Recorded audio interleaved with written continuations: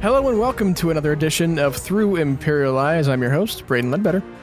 And I'm your co-host, Jackson Daleen. What's going on? Nothing much. What's going on with you, Jackson? Not a lot. Just been hanging, chilling. Sounds about right. Yeah. I bought some the Boba Fett fan club merch. Nice. Should be coming in soon. I bought a t-shirt and a sticker. Are you gonna wear the sticker on the t-shirt?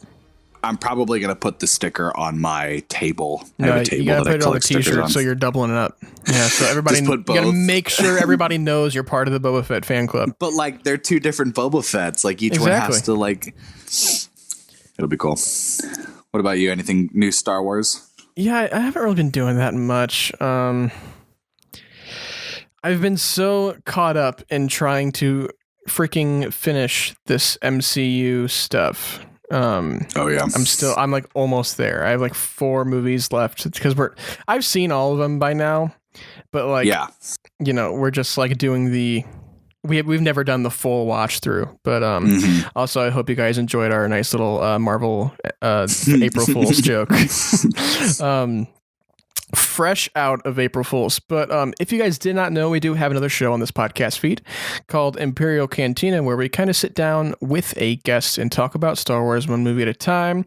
We just did Attack of the Clones, and this Saturday we will be discussing Revenge of the Sith with another special guest. So be sure, if you want to hear our thoughts on that movie as a whole, tune into that. But we got a kind of a heavy news week this week. I'm kind of surprised at how much big stuff kind of dropped in the past couple days. Especially just kind of out of nowhere too. Yeah, what's the first news story? So starting off, Star Wars released the first little excerpt of the new Skywalker, A Family at War novel, which is coming out. And it's basically the book will deal about the 3 generations of the Skywalkers between, Luke and Anakin, Luke, and Ben, Kylo Ren.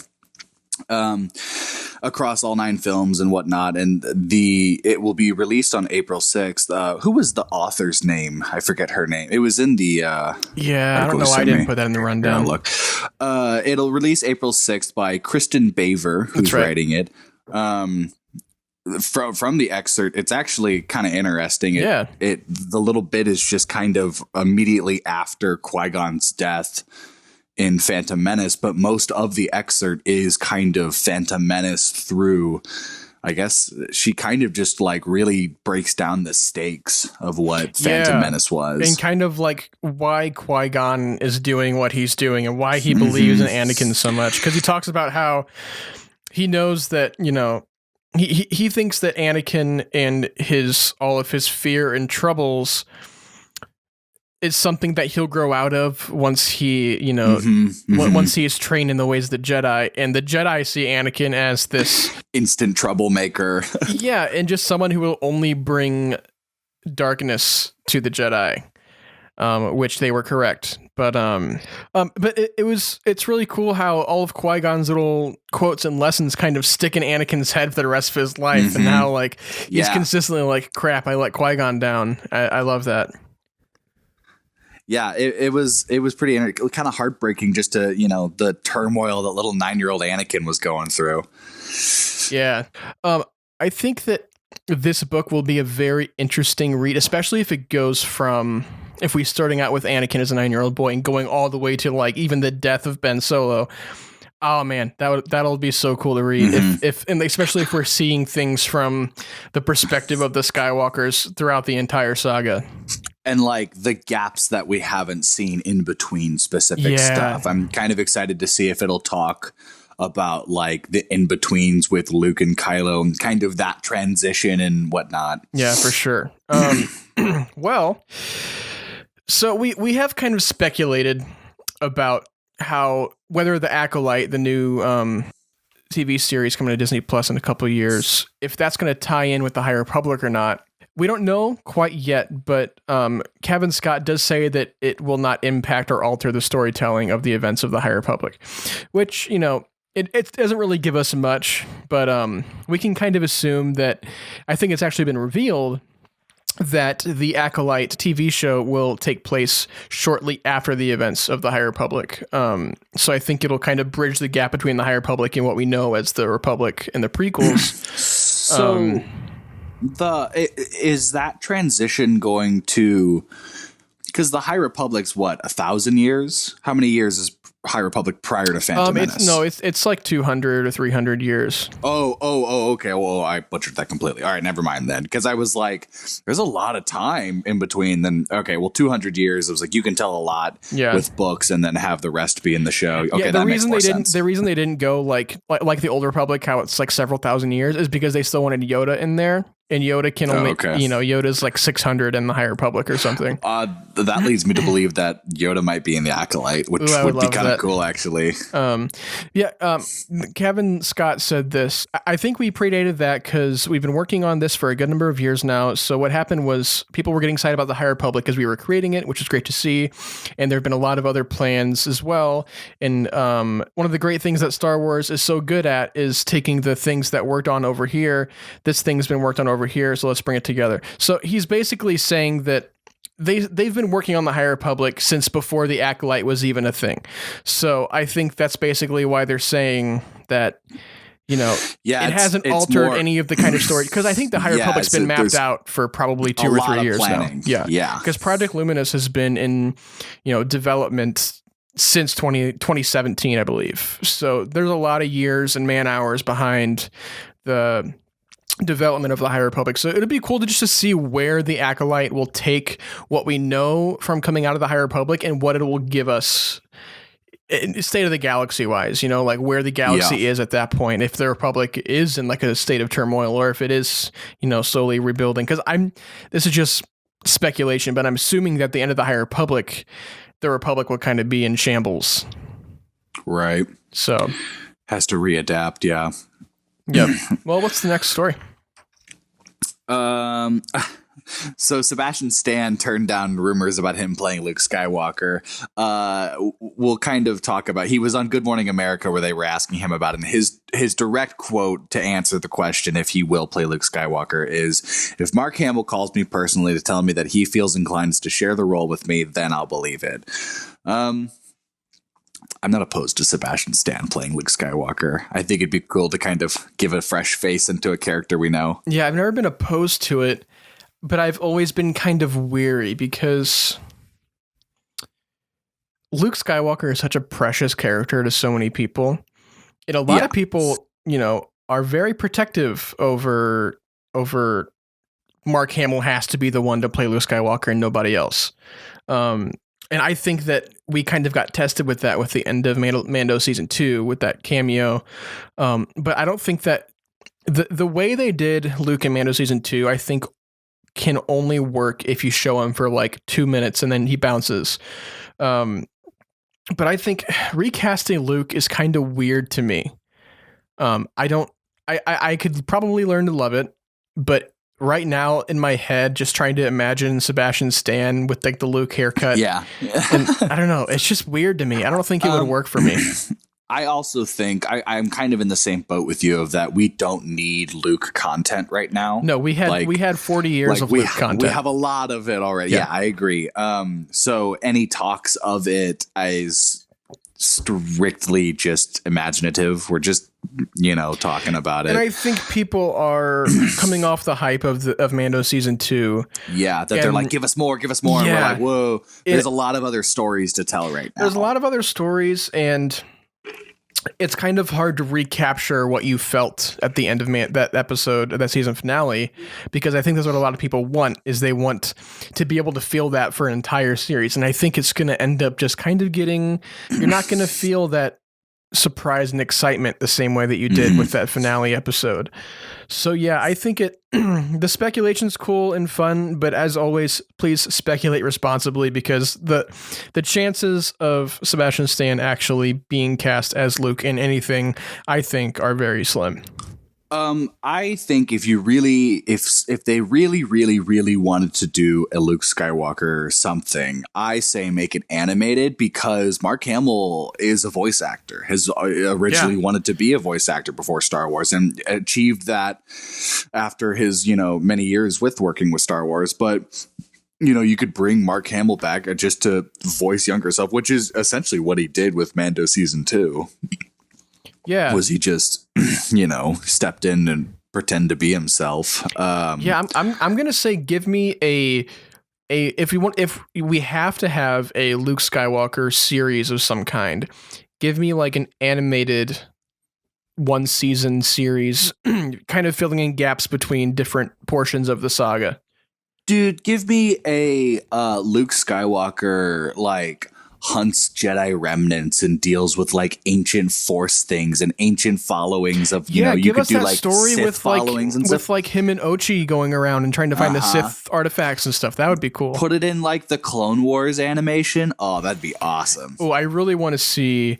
I've always wanted this, but I really want to see kind of the Luke and Ben Solo falling out and like how that came to be and like what caused Luke to actually legitimately go into hiding. Because we kind of know why he went into hiding, but like I want to see the events of him going into the hiding. Everyone reacting to, oh my God, what happened to Luke? Where's Luke? I wonder if the Family at War book will address that. I hope it does. I would not count against it. I think that there's a very good chance that we'll learn a little bit more about Luke in that portion of his life. So I think that'll be cool. That'll be really cool. Yeah, well, kind of moving on here, there's going to be another audio drama that, they did that with the Dooku Jedi Lost story on Audible. And now they're doing another one for the High Republic called The Tempest Runner by Cavan Scott. Del Rey tweeted, coming this fall, there's going to be a new audio original. It's going to be a Star Wars High Republic villain story. So it's going to so the Tempest Runner, if you didn't know, it's kind of like one of the leaders of the Nile. It's kind of like a name for the leaders of the Nile, and it's gonna be about Lorna D. Do you remember her from The Light of the Jedi? Mm-hmm. It'll kind of follow her, and there's not really much that we know.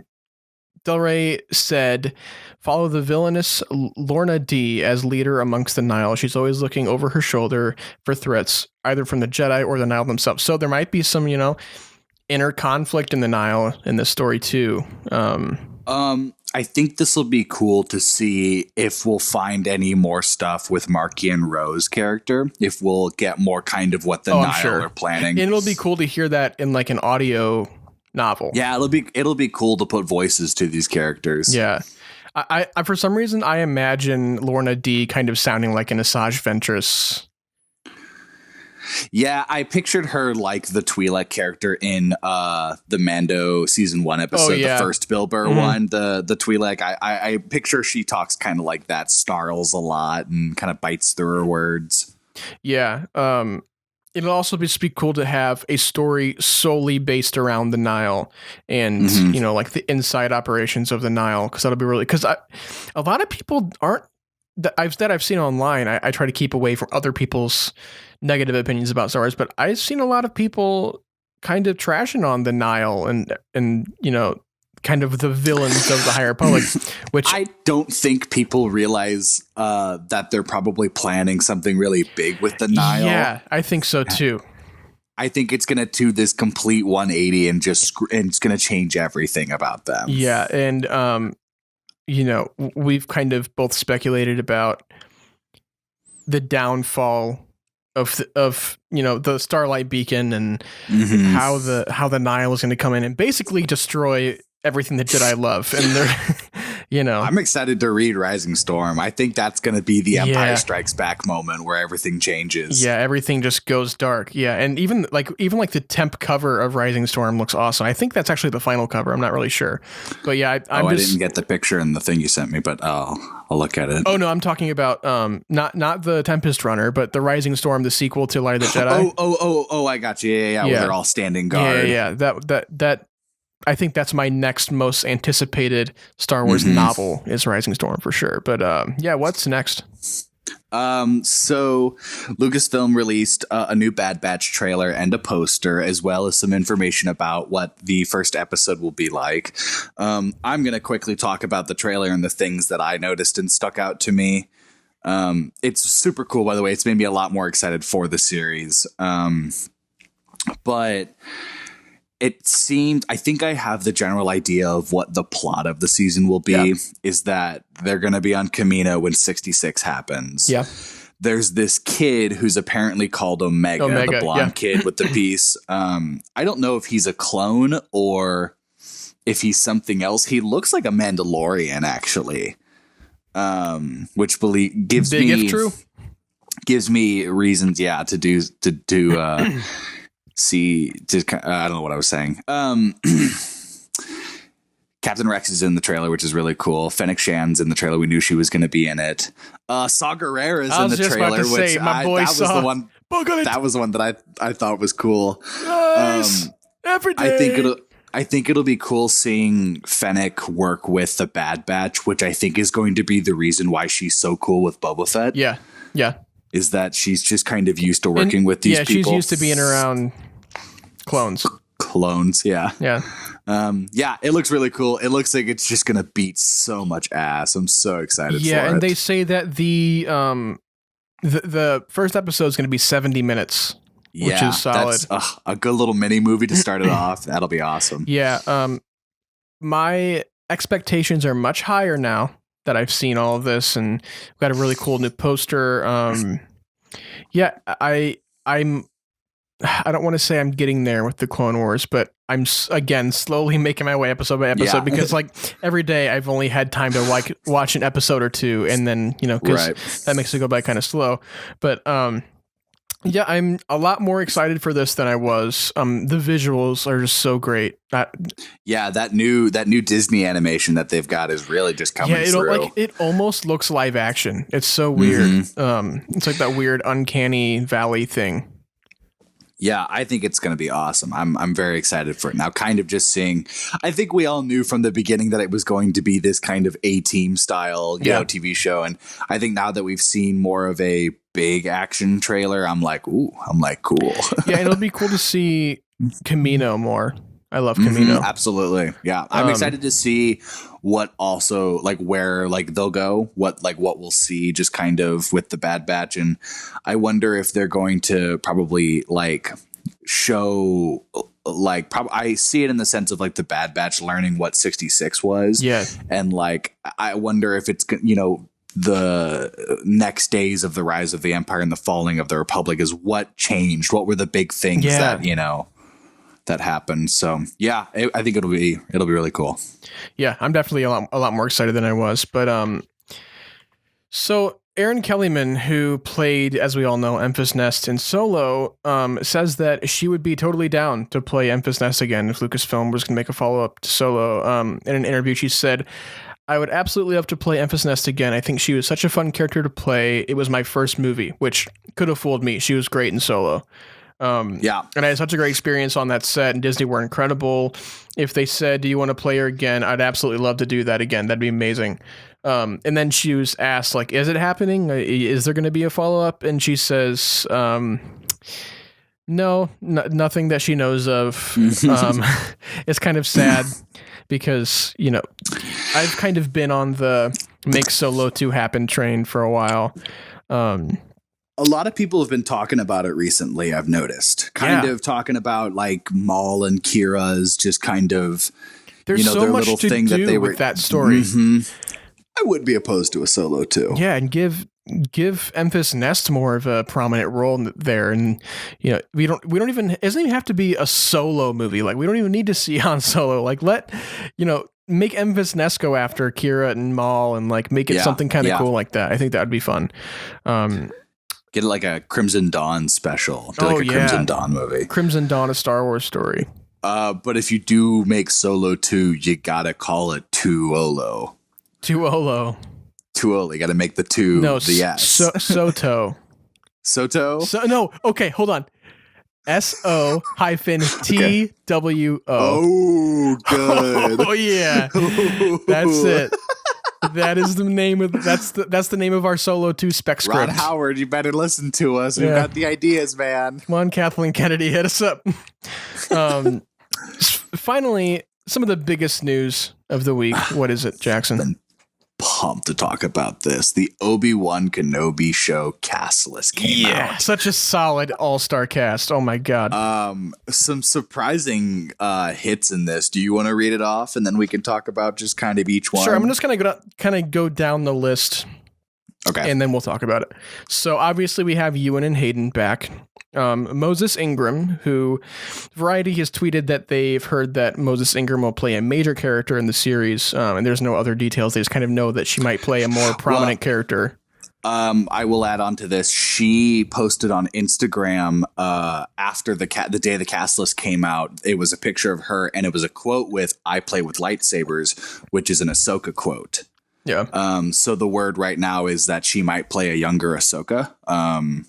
Which would be cool. Which is all speculation. We don't know. It's all speculation, yes, but that was, And then obviously we have Joel Edgerton and Bonnie Pice. We're gonna say Bonnie Pice. They're back as Owen and Beru, which is great. And then we have Kumail Nanjiani, which we all love. Indira Varma. That one took me by surprise. Yeah, Indira Varma, which we already talked about. Rupert Friend, O'Shea Jackson Jr., Sung Kang, Simone Kessel, Benny Safdie, one of the Safdie brothers, is going to be in this. So there's just and that's just probably just the main players for the cast. Probably going to be some more people. One thing I wanted to ask you, since we're getting Owen and Beru, do you think it's kind of inevitable that we're getting kid Luke Skywalker? Probably, yeah. If even if it is a cameo, I think we'll definitely get a little kid, a little 10-year-old Luke Skywalker. We kind of discussed the Qui-Gon thing about I can't think of that actor's name. Liam Neeson, yeah. They just have to, because I think they would be making a mistake if they didn't put Qui-Gon in this show. That's all I'm saying. And it's common knowledge that Qui-Gon stuck with Obi-Wan during most of his exile. Well, so he's also the one who trained him to do the Force Ghost thing, to be a Force Ghost. Yeah, because Qui-Gon's the first Jedi to figure out how to live through the Force after death. You're not on season 6 of Clone Wars yet. There's a whole arc about all that. Yeah. I know about it. I just haven't seen it. Okay. Oh, okay. Yeah.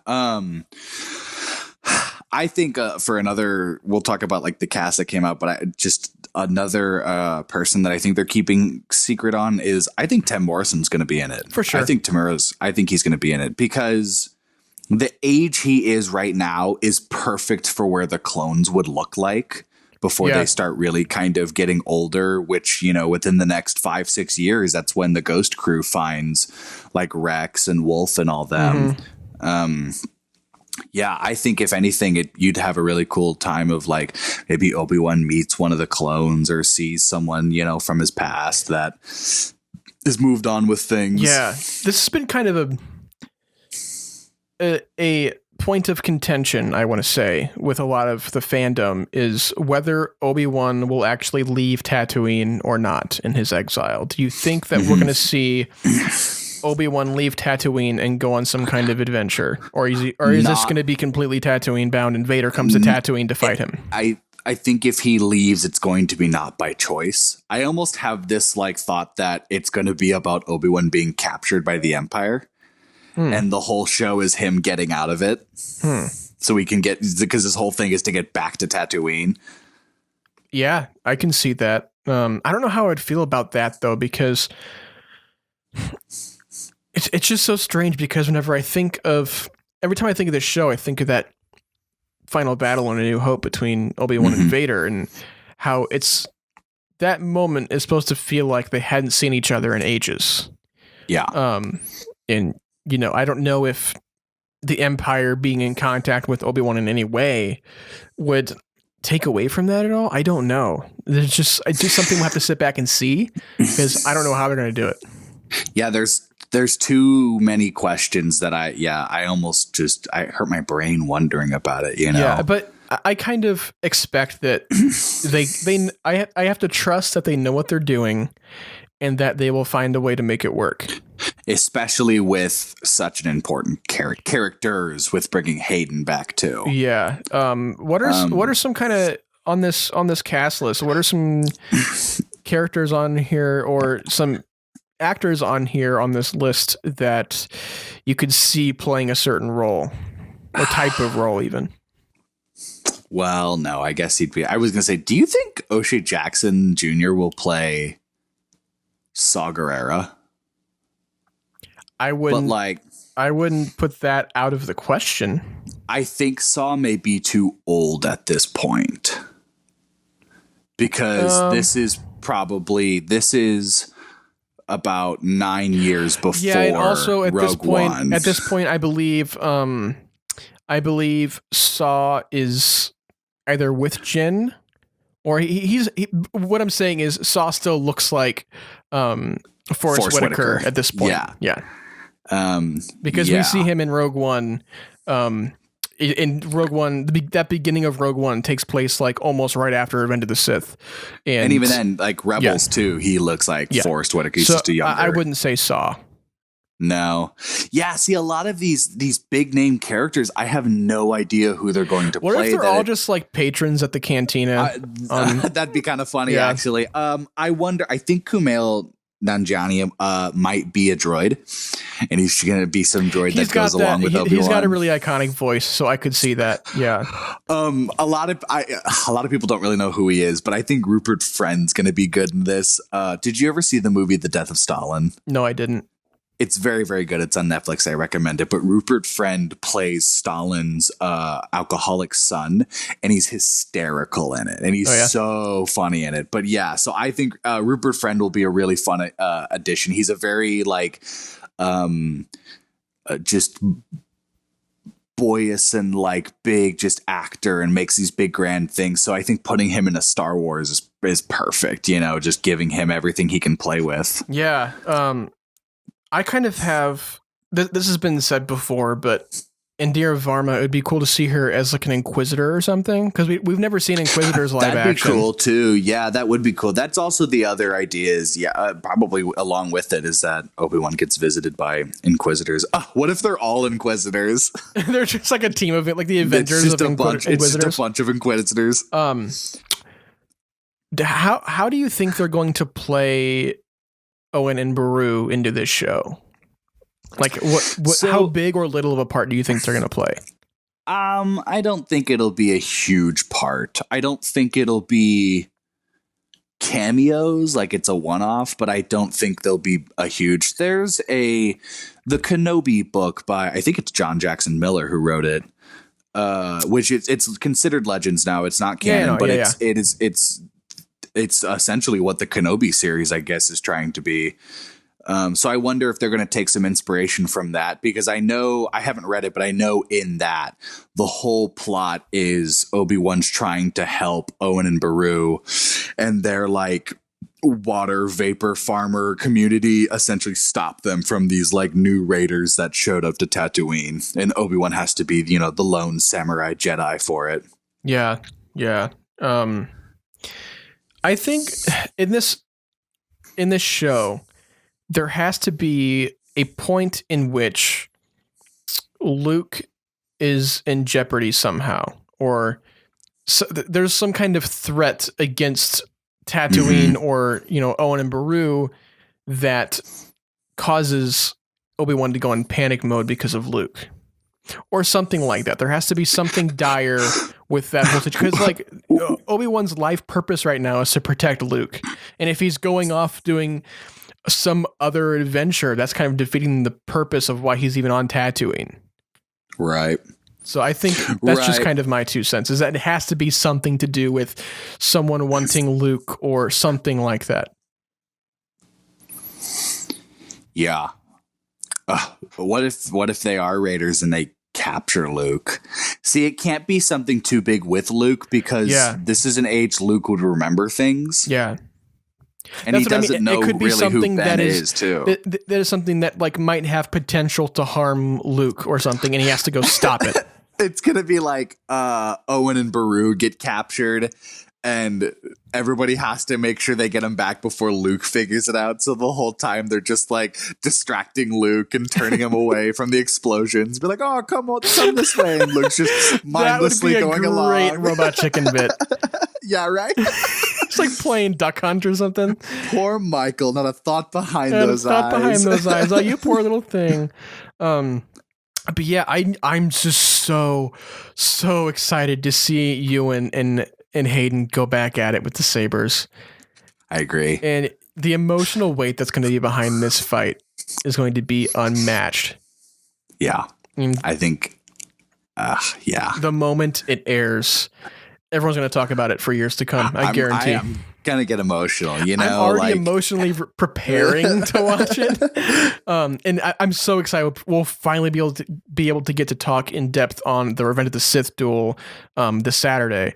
But I wonder if they're going to keep this, in Revenge of the Sith, that whole choreographed, awesome lightsaber move fighting style, or if they're going to kind of revert down to like, the more new style choreography that we see in the sequels of like the more kind of raw, emotionally driven style of fighting. I think it'll be both, a bit of both. Especially with Vader. I think it'll be really cool to see a live action I say fresher Vader, but like he's been Vader for at least 10 years. Yeah. He's kind of, but Vader still learning and coping and understanding and controlling the power that he can contain without letting him go off the rails. And I think that's what Kenobi that'll be kind of Vader's quote unquote arc over the Kenobi series, is to fine tuning himself to be more of that focused, calmer rage. And he also has to have this looming presence over the entire story. Like it just has to feel so. This whole show has to feel so deep. So pumped for new Vader content. Oh my gosh. I never get enough of it. Yeah, there is just no way. Okay, this is dangerous to say, but there's just no way that I'm not gonna like this show. Yeah, right. It's gonna be awesome. Like even it's gonna be so good. Even if it is awful, I will probably like it. It's going to be a blast. It's going to be so much fun. Well, kind of closing out our last segment. That was all of the news for this week. I'm sure the biggest news ever will drop the day after we record this, as it always happens. But we have a couple questions from Instagram that I kind of wanted to talk about here. So the first one comes from @JessicaFisherWriter, who asks, "Are TV shows the real future of Star Wars?" Jackson, what do you think? Yeah, because like you can fit so much into it, and that's kind of the big struggle with a lot of the Star Wars movies, is containing everything. You can flesh it out as long as you want, and I think you have more work. I like how I just prefer TV series. See that? Well, I'm wishy-washy with that. That's not a true statement. When it comes to Star Wars and working on character stuff, especially after like Rebels and seeing the character growth that it really took me by surprise in that show, was just that style of writing. I think series is kind of the best way to achieve that. So yes, I think so. I think you can do a lot with different series. And I think too, movies, everyone expects the biggest and the baddest and the boldest, and you can still achieve that with TV series and people will still love it just as much. You give it into a movie, it's high expectations. So when it's something kind of, I say, simple and easy, they don't necessarily enjoy it, like it, whereas you can kind of pull that off more with a TV series. And then when the big, bold and beautiful happens, it takes everyone by surprise. And there are these stellar episodes and Luke Skywalker ends up cameoing, Yeah. My opinion is that if we're talking strictly story and being able to tell Star Wars stories, I do like TV a lot in the way it's able to really flesh things out and give us these great moments and be able to tell longer stories than just, a 2-hour time frame. But at the same time, I think nothing beats the Star Wars theater experience and going to see a Star Wars movie. Oh, absolutely. And like they shouldn't, I'm not saying they should stop making movies, but like, Yeah, there is just that magic of going to see a Star Wars movie. There's just something that it's like this weirdly unobtainable. It's hard to explain. There's like a certain vibe that you get when you're going to an opening night showing of any Star Wars movie, and like the energy in the room is just electric all the time when you're seeing a Star Wars movie, and it's just such a communal experience too. Like you just know you're surrounded with a bunch of Star Wars fans, and seeing The Last Jedi for the first time, there were people cheering and clapping the entire movie, and like all these moments, and when Yoda comes up, everybody cheers, and when Luke comes up in Crate, everybody cheers.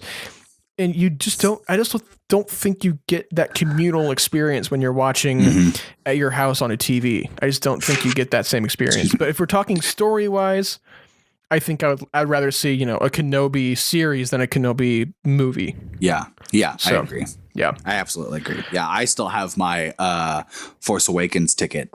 Yeah. I think I have all my tickets, I believe. I don't think I have my Rise of Skywalker one anymore. I don't think I have my Rise of Skywalker. I may have a Last Jedi one, but I know exactly where my Force Awakens ones is. Oh yeah, I went whenever Force Awakens came out. I bought my tickets the night they went on sale when the trailer dropped, and then I went directly to the theater and got them printed out so I can keep them in my wallet and look at them for 3 months while I waited for the Force Awakens. Yeah. But we'll kind of move on to the last question of the day, coming from @DylanMM5 on Instagram, who asks, would you ever do an episode where you fix the prequels? No. That's all I have to say. The prequels just need some pacing issues and some dialogue problems. They're not necessarily broken. I've never been one of those people who have kind of campaigned against, rewrite the prequels, reshoot the prequels. We hate the prequels. I've never been one of those people. Have you seen those YouTube videos where it's this dude talking about essentially... Is it what if Star Wars Episode 1 was good? What if Star Wars Episode 2 was good? It might be that. I think it was actually... It's like that, where like Obi-Wan's the main character and like he reworks it all. Yep, I've seen those. Those are cool videos, but they're fun to watch, and it's always fun to speculate, like haha, what could have been. But I've never been one to want to redo it and want to redo, because as a lover of Star Wars, I just take what's given to me and I accept it, and it goes straight to my heart, not my critical brain of, ooh, is this a good piece of cinema? For me, I don't care. If it's Star Wars, I love it. That's just how I am. I know some people work differently, but that's how I've always been, is I just love Star Wars because it's Star Wars, Yeah. But cool. I think that kind of wraps it up this week. Again, apologies for our amazing April Fool's joke. Gotcha. Gotcha. Gotcha. But as always, guys, you can always find us on Instagram @ThroughImperialEyesPod, Twitter @ThroughImperialEyes, and for YouTube, you just search us up right there. We are Through Imperial Eyes Podcast. Jackson, where can they find you? You can find me on Twitter @QuacksonScalene. That's QUACKSON, and Scalene like the triangle. And then you can follow my photography Instagram, which is @Daleen_photography, and Daleen spelled DALEEN. Braydon, what about you? You can find me, as always, on Instagram @braydonleadbetter and on Twitter @braydathlon. And please, guys, it is very, very, very super ultra important for you guys to leave a like and rating and follow and review and whatever you have to do on our podcast to help the show and help us grow, because that is super important. It really helps out. Even when you just, giving us a 3-star rating, whatever, that still helps. Giving us a rating of any kind helps. So, and then, we had some questions at the end of this show. If you want to ask questions that we talk about on the show, we take those every single week. Just hit up our Instagram, Twitter, even comment on our YouTube. We check everything. So, make sure to send those in for next week. And then, as we already talked about, on Saturday we'll be discussing Revenge of the Sith with a guest for Imperial Cantina. But if Jackson does not have anything else to close out... More like Revenge of the Bith. That's what I'm saying. Just a jazz band beating up Jedi. The jazz band beating up Jedi. I want that Disney Plus series. I know you're listening. Yeah. Well, until next week, and until we discuss some more Star Wars news, may the Force be with you. Hail Hydra. Hell Hydra. I was going to say it too.